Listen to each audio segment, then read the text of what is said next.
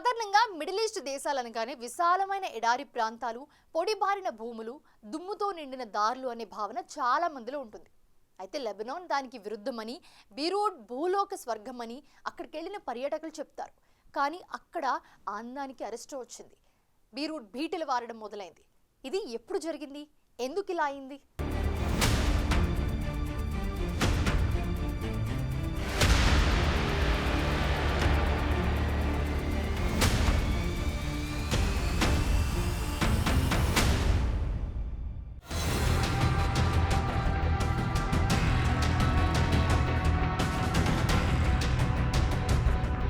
ఆహ్లాదకరంగా ఆకర్షణీయంగా ఉన్న లెబనాన్కి 1970 దశకంలో దరిద్రం వెంటాడింది. 1975 నుంచి 1990 వరకు జరిగిన అంతర్యుద్ధం నుండి మొదలైన ఈ పతనం చట్టవిరుద్ధమైన ఆర్థిక పద్ధతులు, అవినీతిమయమైన ప్రభుత్వాలతో అల్లకల్లోలంగా మారింది. రాడికల్ గ్రూపుల ఛాందస రాజకీయాలతో లెబనాన్ ఆధునిక రోజులన్నీ పీడ కలలా మారాయి. లెబనాన్ అంతర్యుద్ధం 1975 నుంచి 1990 వరకు కొనసాగింది.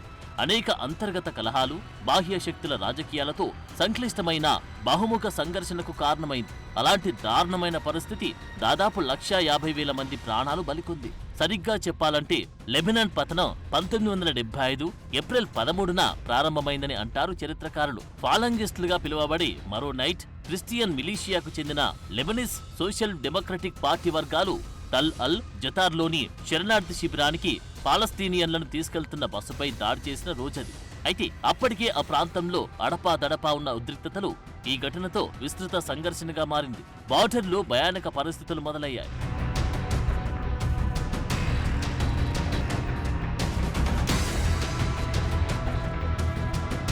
ఈ యుద్ధం క్రైస్తవులు, ముస్లింల మధ్య లోతైన ప్రాంతీయ విభజనలకు కారణమైంది. దానితో పాటు సామాజిక, ఆర్థిక అసమానతలు తోడయ్యాయి. దీనితో మిడిల్ ఈస్ట్ లో పాలస్తీనా లిబరేషన్ ఆర్గనైజేషన్ PLO ఉనికి పాతుకుపోయింది. ఇక కింగ్ హుస్సేన్ ను చంపడానికి ప్రయత్నించిన తర్వాత జోర్డాన్ నుండి PLO పారిపోయి లెబనాన్ లో తిరిగి సమూహంగా ఏర్పడింది. తర్వాత కాలంలో లెబనాన్ లో PLO ప్రమేయం ముఖ్యమైనదిగా మారింది. లెబనీస్ ముస్లింలు, వామపక్షవాదులు PLO సిద్ధాంతాలకు మద్దతిచ్చారు. అయితే క్రైస్తవులు దీనిని తీవ్రంగా వ్యతిరేకించారు. Right wing Christian political party రాజకీయ ఆధిపత్యాన్ని PLO దెబ్బతీస్తుందనే భయంతో ఈ ఘర్షణలు తీవ్రమయ్యాయి.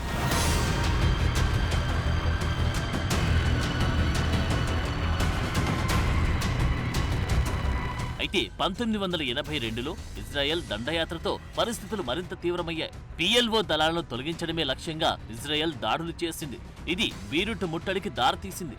ఒక విధంగా అంతర్జాతీయ పర్యవేక్షణలో ఈ పరిణామం PLO బహిష్కరణకు దారితీసింది. సరిగ్గా ఇదే కాలంలో ఇరాన్ మద్దతుతో హిజ్బుల్లాతో సహా షియా గ్రూపులు కూడా పుట్టుకొచ్చాయి. ఇక 1976, 1988 మధ్య లెబనాన్లో అంతర్గత సంఘర్షణలు పీక్స్కెళ్లాయి. అంతర్జాతీయంగా జరిగిన శాంతి ప్రయత్నాలన్నీ విఫలమయ్యాయి. ఈ ప్రాంతాన్ని యుద్ధ వాతావరణం అలుముకుంది.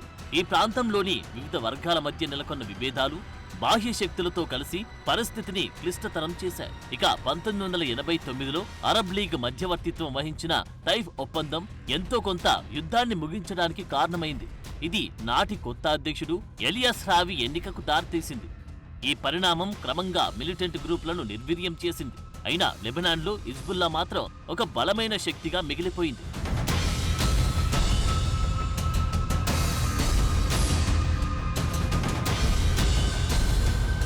లెబనాన్లో అంతర్యుద్ధం తర్వాత నాటి ప్రభుత్వం ట్రెజరీని అప్పుల్లో ముంచేసింది.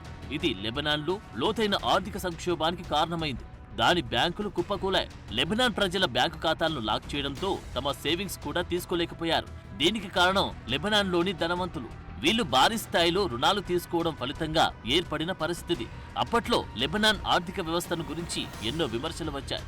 ఇది జాతీయంగా నియంత్రించిన మోసపూరిత పెట్టుబడి పథకమని పలువురు నిపుణులు పేర్కొన్నారు. ప్రజల సొమ్ము తీసుకుని పెట్టుబడిదారులకు చెల్లించడంతో బ్యాంకులు దివాలా తీశాయి. దీనితో కొత్తగా వచ్చే డబ్బు ప్రవాహం ఆగిపోయింది. ఇక అంతర్యుద్ధం తర్వాత లెబనాన్ తన ఆర్థిక వ్యవహారాలను పర్యాటకం, విదేశీ సహాయం, ఎకనామిక్ ఇండస్ట్రీ నుంచి వచ్చే ఆదాయాలు, గల్ఫ్ అరబ్ దేశాల నుండి తీసుకున్న నిధులతో సమతుల్యం చేసుకుంటూ కాస్త గాడిలో పడింది. ఉద్యోగాల కోసం విదేశాలకు వెళ్లిన లక్షలాది మంది లెబనీస్ నుండి కూడా వచ్చిన చెల్లింపులతో ఆ దేశం కోలుకుంది. 2008 ప్రపంచ మాంద్యం సమయంలో కూడా విదేశాల్లోని లెబనాన్కు డబ్బు పంపేవారు. అయితే కాస్తో కూస్తో తేరుకున్న లెబనాన్ జీవితం తర్వాత మరో మలుపు తీసుకుంది.